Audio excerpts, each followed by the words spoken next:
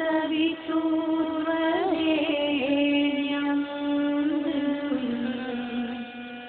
भर्गो देवस्य धीमहि धियो यो नः प्रचोदयात्। बेटियों एवं प्रज्ञा परिजनों,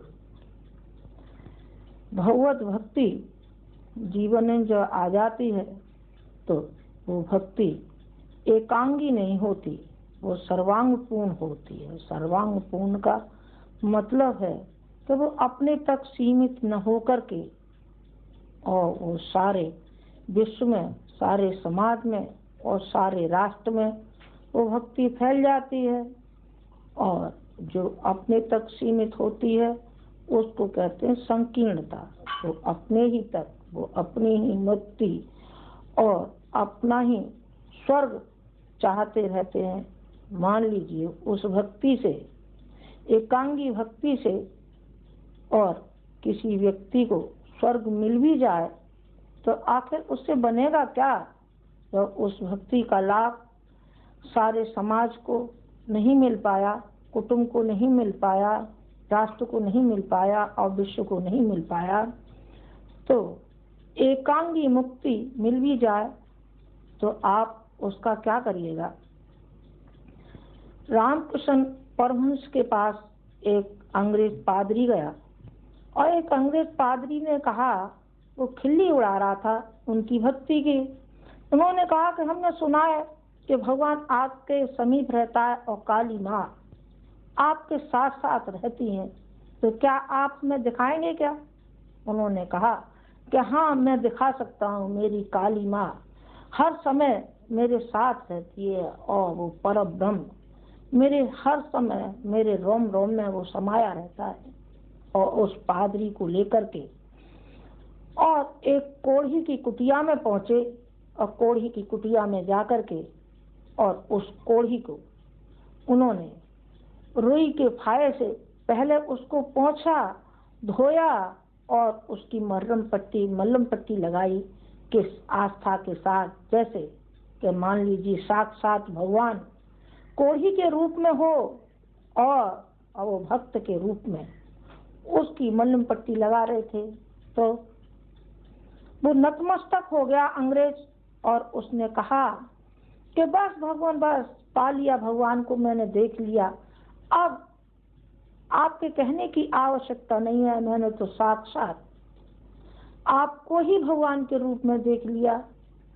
जो करना चाहिए था भगवान के भक्त को वो आप कर रहे हैं और मैं तो देखने के लिए आया था क्योंकि मुझे विश्वास नहीं था आपकी भक्ति पर, लेकिन मैंने पाया कि आपकी भक्ति सार्थक है।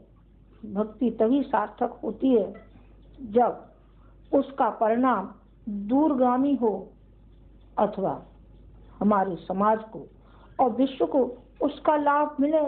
तपस्वी तिल तिल अपने को गलाते आए हैं। गुरुजी को ही देख लीजिए आप, उनको आप गुरुजी कहते हैं, मैं अधिकतर आचार्य जी कहती रही हूँ। तो उन्होंने सारा जीवन तप में ही लगा दिया। अपने लिए नहीं, अपने लिए स्वर्ग मुक्ति चाहिए होती या भौतिक साधन चाहे होते तो हम भी सेठ साहूकारों की तरह से और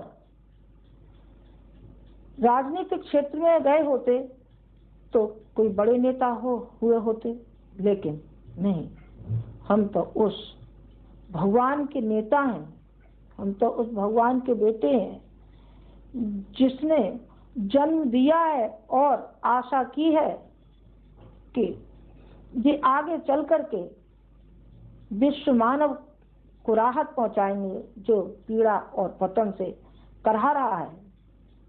तो सारी जिंदगी तिल करके अपने को गला दिया इस उम्र में भी, 75 वर्ष की आयु में भी इतना कठोर तप उन्होंने किया, कर रहे हैं। कब तक पूर्ण होगा? यह तो बसंत पंचमी तक पूर्ण हो जाता है संकल्प की दृष्टि से तो, पर और भी कुछ आगे चलेगा, ऐसा मेरा अनुमान है। तो भक्ति का सही स्वरूप समझ नहीं पाए। भक्ति का सही स्वरूप समझ जाएंगे तो फिर समझ में आ जाएगा कि भक्ति किसे कहते हैं। भक्ति बनावटी आडंबर को नहीं कहते। भगवान परखता है कि कहाँ है। चलिए इस संदर्भ में मैं आपको एक उदाहरण सुनाना चाहूंगी कि ईश्वर दर्शन किसे कहते हैं, वो मैंने अभी आपको सुनाया रामकृष्ण परमहंस के उदाहरण में। दूसरा मैं सुनाना चाहूंगी रैदास का। सोमवती अमावस्या थी और लोग गंगा स्नान करने जा रहे थे। रैदास से कहा कि चलो आप भी गंगा स्नान के लिए चलो। उन्होंने कहा लो मेरे फूल मेरी माँ को अर्पण कर देना और कहना रैदास आज व्यस्त है, वो आ नहीं पाया। और लोग गए सबने भेंट चढ़ाई, किसी ने दूध चढ़ाया, किसी ने फूल चढ़ाया, किसी ने दीपक चढ़ाया। सब अपने आनंद थे। लेकिन अंत में जब जो फूल रैदास ने दिए थे उन्होंने जब अर्पण किया, उन्होंने कहा कि माँ, उन्होंने कहा है, रैदास ने कहा है कि मेरी माँ को मेरे फूल अर्पण करना और मेरी माँ हाथों में लेगी। यही हुआ। जैसे ही रैदास का शब्द आया कि दोनों हाथ गंगा ने निकाल दिए और वो फूल उसने अपनी अंजलि में ले लिए गंगा माँ ने। ये होती है उपासना, ये होती है भक्ति। भक्ति जो होती है अपने अंतर आत्मा को धोने के लिए होती है। मैल के जो पर्त जीवात्मा पर चढ़े हुए होते हैं उस आवरण को हटाने के लिए होती है। अंगारे के ऊपर यदि मैल जमा हो जाए, गर्दा जमा हो जाए, तो वास्तविक जो रूप है अग्नि का वो दिखाई नहीं पड़ेगा। जब उसको हटा देंगे फिर वो वास्तविक अग्नि के रूप में लाल अंगारा जैसा दिखाई पड़ेगा। क्यों? वही अंगारा है जो अभी तक वो परत में छिपा हुआ था, मिट्टी के परत में छिपा हुआ था। लेकिन जब वो परत हटा दी गई तो अग्नि का रूप धारण हो गया। इसी तरीके से भगवान को अपने में मिला लेते हैं तो भगवान के ही जैसे भक्त आचरण करता है, जो भगवान ने उम्मीद की है उसी के अनुसार भक्त चलता है। और इसके विपरीत चला तो केवल आत्मतुष्टि हो सकती है, जीवात्मा की नहीं, केवल अपने दिमाग की हो सकती है। और उसमें कहाँ तक सफलता मिलेगी हम नहीं समझते, क्योंकि इस रास्ते से हट करके हमने देखा कि भक्ति से कितना लाभ होता है, अनायास इतना मिलता है कि शायद ही किसी को दुर्लभ हो। तो क्यों? क्योंकि भक्ति उसके जीवन में समाई हुई है ना। एक रैदास का मैं अभी सुना करके चुकी थी, एक और संदर्भ है रैदास का कि रैदास बैठे थे और अपने वही जो काम था चमड़े का वो अपना कर रहे थे, बड़ी लगन से और आस्था के साथ कर रहे थे कि ये जो ग्राहक आया है ये मेरा भगवान है और भगवान की सेवा करना मानवता का धर्म है। तो एक व्यक्ति आया, उन्होंने कहा देखी तुम्हारी गंगा कहाँ है गंगा, और ऐसी तुम्हारी गंगा माँ है तो आज मेरे कंगन खो गए हैं मेरी औरत के, वो मिल जाए तो मैं जानूं। उन्होंने कहा कि देखो भक्ति ये नहीं होती, वो आस्था विश्वास है। तो उन्होंने कहा कि तुम्हें अपने भगवान के ऊपर विश्वास है? उन्होंने कहा हाँ हमें अपने भगवान के ऊपर विश्वास है, वहाँ अपनी गंगा माँ पर विश्वास है। तो उन्होंने कहा अच्छा दिखाओ। तो जब उन्होंने, कहते हैं मन चंगा तो कठौती में गंगा, और उनकी कठौती में गंगा आ गई। और जैसे ही उन्होंने हाथ डाला तो कंगन हाथ में आ गए, संभव है किंवदंती भी हो, लेकिन उसके पीछे जो छिपा रहस्य है वो भक्ति का है। भक्ति जब होगी तो पूर्ण आस्था के साथ जब हम भगवान की उपासना करेंगे या भगवान के समीप बैठेंगे तो भगवान का सा ही स्वरूप भक्त का हो जाएगा, अन्यथा माला घुमाते रहिए और गिनते रहिए उसकी गिनती, कितनी मालाएं होंगी, इतनी माला की तो इतने में हमें कितना मिला, और जो असली सही स्वरूप है भक्ति का उसको नहीं समझ रहा, उससे इसे क्या मिलने वाला है परोक्ष रूप से वो नहीं समझता, ये स्वार्थ स्वार्थ। तो मैं कहती हूँ बेटे, क्या भगवान से मुआवजा चाहते हो कि ये चाहते हो कि हमने जो जप किया इसका मुआवजा हमको मिलना चाहिए? तो मैं तो कई बार कह भी देती हूँ बेटे, मिलना चाहिए ना, तो 2.5 घंटा रोज आपने उपासना की है तो ले जाइए 22.5 रुपए, चलिए। इतना नहीं, अरे 22.5 रुपए कम है तो चल और दिलवा देंगे, तू 3 रुपया रोज के हिसाब से ले जा, 3 घंटे का और क्या करेगा, 3 घंटे का ले जा तू अपने घर और भगवान अपने घर, 27 माला में। और भगवान को बहकाना चाहते हैं, भगवान बहुत बड़ी शक्ति है, और भगवान जब देता है तो क्या क्या और देता है। जरा अपनी संकीर्णता को हटा करके तो देखिए, यदि संकीर्णता जीवन में से हट जाती है तो वो नियामतें हमको मिलती हैं जो हमारी झोली में समाती ही नहीं है, समाती नहीं है, वो होना चाहिए। रविन्द्रनाथ टैगोर की एक कविता है और उसमें बताया गया है कि एक भिखारी ने हाथ किया और उसने गेहूं की, किसान के पास एक गठरी थी और उसने उसमें से एक दाना और उसके हाथ पर रख दिया, भिखारी के हाथ पर रख दिया। जब भिखारी चला गया तो उसने जब देखा कि मेरी सारी झोली में जो भर रहा था अनाज, उसमें से एक दाना सोने का हो गया, सोने का हो गया। तो उन्होंने सर पे हाथ रख करके कहा, हे भगवान, मुझ में वो बुद्धि पहले क्यों नहीं आई कि मेरे सारे के सारे दाने और ये सोने के हो जाते। मैं कितना संकीर्ण निकला, कितना संकीर्ण निकला। भगवान का भक्त कभी संकीर्ण नहीं होता, वो उदार होता है, उदारता उसके जीवन में होती है, दूसरों की मदद करने के लिए तत्पर रहता है, खुद घाटे में रहता है और दूसरों को रास्ता बताता है, खुद रूखी खाता है लेकिन दूसरों को खिलाने में जो आनंद आता है वो खाने में नहीं आता, खाने में नहीं आता। जब मेरे सामने मेरे बच्चे बैठे होते हैं तो कोई जरा सी भी चीज होती है, जब मैं उनको देती हूँ खिलाती तो मेरे आनंद का पारावार नहीं रहता है। क्यों? कि वो मेरे हैं ना, मेरापन है और उसमें वो भक्ति छिपी हुई है। तो ये जो बच्चा है वो मेरा बच्चा नहीं, तो मेरा भगवान भी है, तो मेरा भगवान भी है।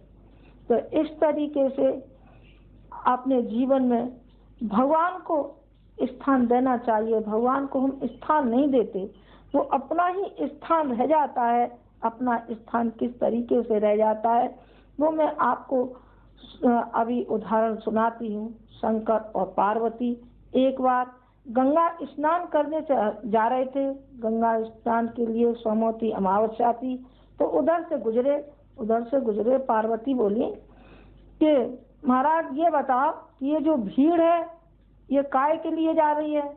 उन्होंने कहा गंगा स्नान करने। तो फिर क्या होगा?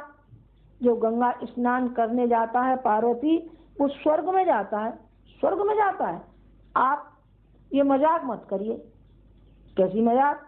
कि आप कह रहे हैं गंगा स्नान करने वाले सब स्वर्ग में जाते हैं, और जब ये सारे स्वर्ग में जाएंगे, इतनी भीड़ की भीड़, तो आखिर स्थान कहाँ से आएगा? उन्होंने कहा पार्वती क्या बात है, मेरे कहने के ऊपर कोई शक है? तो चलो मैं अभी तुम्हें दिखाता हूँ। तो उन्होंने कोढ़ी का रूप बनाया और पार्वती का रूप बनाया, किशोरावस्था का, कोई 16-18 साल की युवती का, और श्रृंगार और आभूषण पहनाए सजी धजी महिला के रूप में। और वो जो पार्वती थी अपने पति को, शंकर जी को पीठ पर रख करके और ले जा रही थी गंगा स्नान के लिए। न उनमें से कोई गंगा स्नान करने के लिए जा रहा था, वो तो केवल उनको दिखाना था कि भगवान भक्ति दिखावटी होती है अथवा उसमें कोई वास्तविकता भी होती है। तो जैसे ही पार्वती आगे बढ़ती जाती थी और लोगों की आवाज कसी होती थी। कोई कहता था अरे चल चल हमारे यहाँ तो भैंस बंधी है, खूब दूध पिलाएंगे और घी खिलाएंगे, तुम हमारे साथ चलो। कोई और कुछ कहता था अरे हमारे यहाँ तो मोटर गाड़ी है, अरे ऐसे कोड़ी के साथ तुम क्या लोगी, चलो चलो हमारे साथ चलना। तो वो सर नीचे झुकाए हुए बड़े दुखी मन से कहती थी कि शंकर जी ये बताइए क्या मुझे इस स्थिति में डालने के लिए आप आए थे मुझसे? माँ कहते हैं, आपको पिता कहते हैं, और आज मेरी ये दुर्गति हो रही है जो मैं निगाह नहीं उठा पा रही हूँ। लोग वासना की दृष्टि से भेड़ियाओं की तरह से, भेड़ियाओं की तरीके से मुझे देख रहे हैं। बहन और माँ को छोड़ दिया और वासना की दृष्टि से जैसे एक वेश्या के पीछे भड़ुए लगे रहते हैं, भड़ुए, इस तरीके से ये मुझे देख रहे हैं और मुझे शर्म आ रही है। अब हो गया आखिर। उन्होंने कहा पार्वती अभी नहीं हुआ, अभी विलम्ब है, अभी देखती जाओ, इसमें संसार यूं ही नहीं टिका है, कोई पुण्यात्मा और धर्मात्मा भी होता है, मैं अभी तुम्हें दिखाता हूँ। इसी तरीके से सूर्यास्त होने को आ गया और पार्वती का धैर्य छूटने लगा। उन्होंने कहा बस बहुत हो गई आपकी लीला, चलिए आप चलिए। तो उधर से एक कोई गरीब ब्राह्मण उधर से गुजर रहा था, किसान भी था। जब गुजर रहा था तो पार्वती के पास आकर के और उसने प्रणाम किया और कहा माँ आपको लाख लाख प्रणाम, ऐसी देवियों की बदौलत ये पृथ्वी टिकी हुई है, धन्य है आपके लिए। आप कहाँ जा रही हैं? उन्होंने कही भैया मैं अपने पति को गंगा स्नान कराने के लिए लाई हूँ, क्योंकि ये चल नहीं सकते, कोड़ी हैं, तो इनको मैं पीठ पर रख के लाई, अब मैं थक गई हूँ बेटे, मुझसे चला नहीं जाता। उन्होंने कहा माँ सारा पुण्य आप ही ले लेंगी क्या?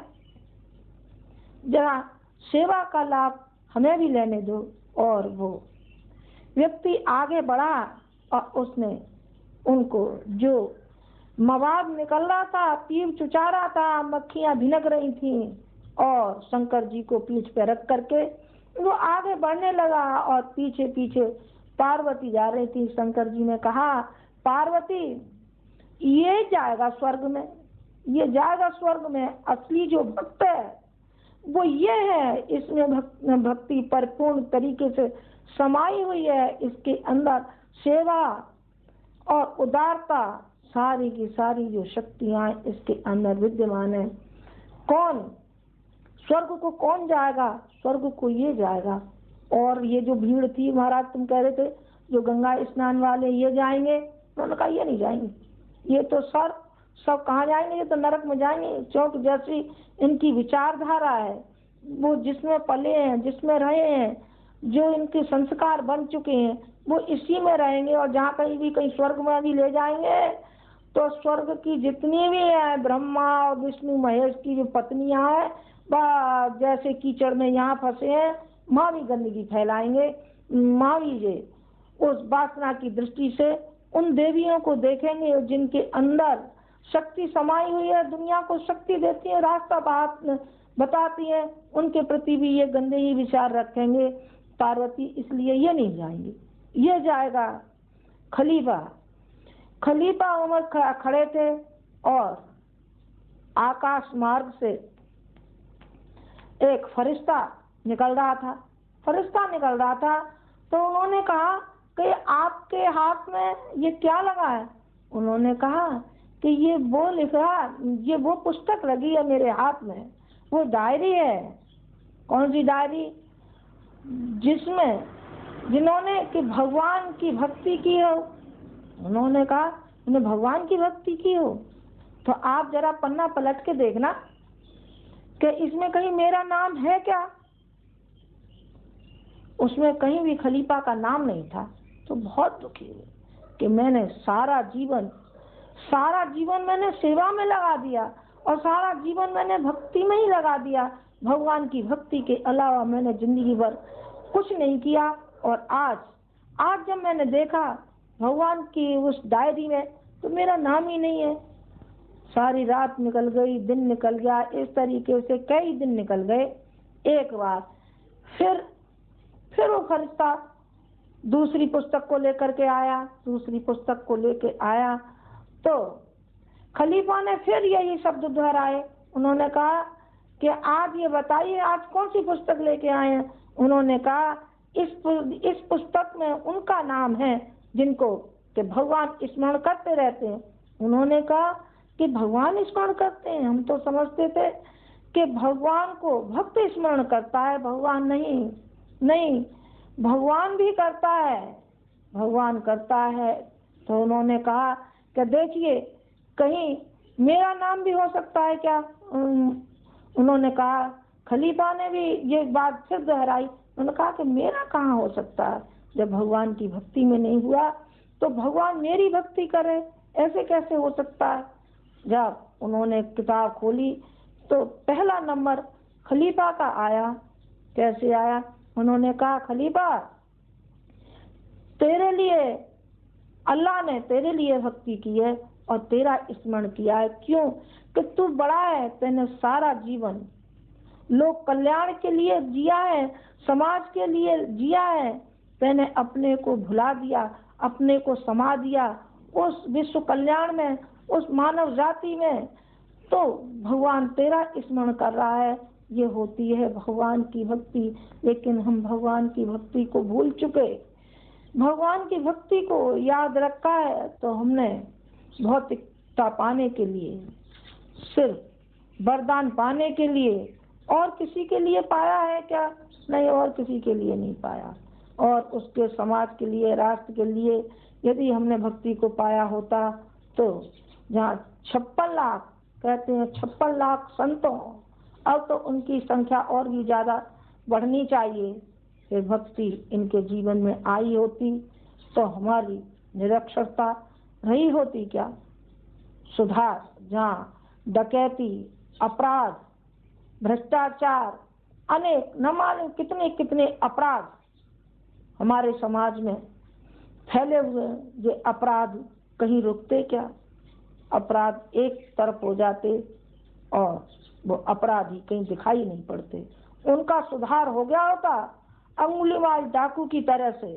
जब उनमें संस्कार दिए जाते तो भगवान बुद्ध के चरणों पर वो अंगुलीमाल गिर पड़ा और उसने कहा भगवान अब मैं तुम्हारा हूँ, मैं अब आपका हो चुका।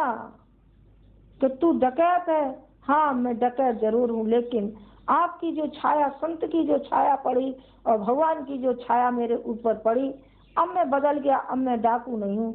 और वो अंगुलीमाल ऋषि हो गया और उसने कितना बौद्ध धर्म का काम किया।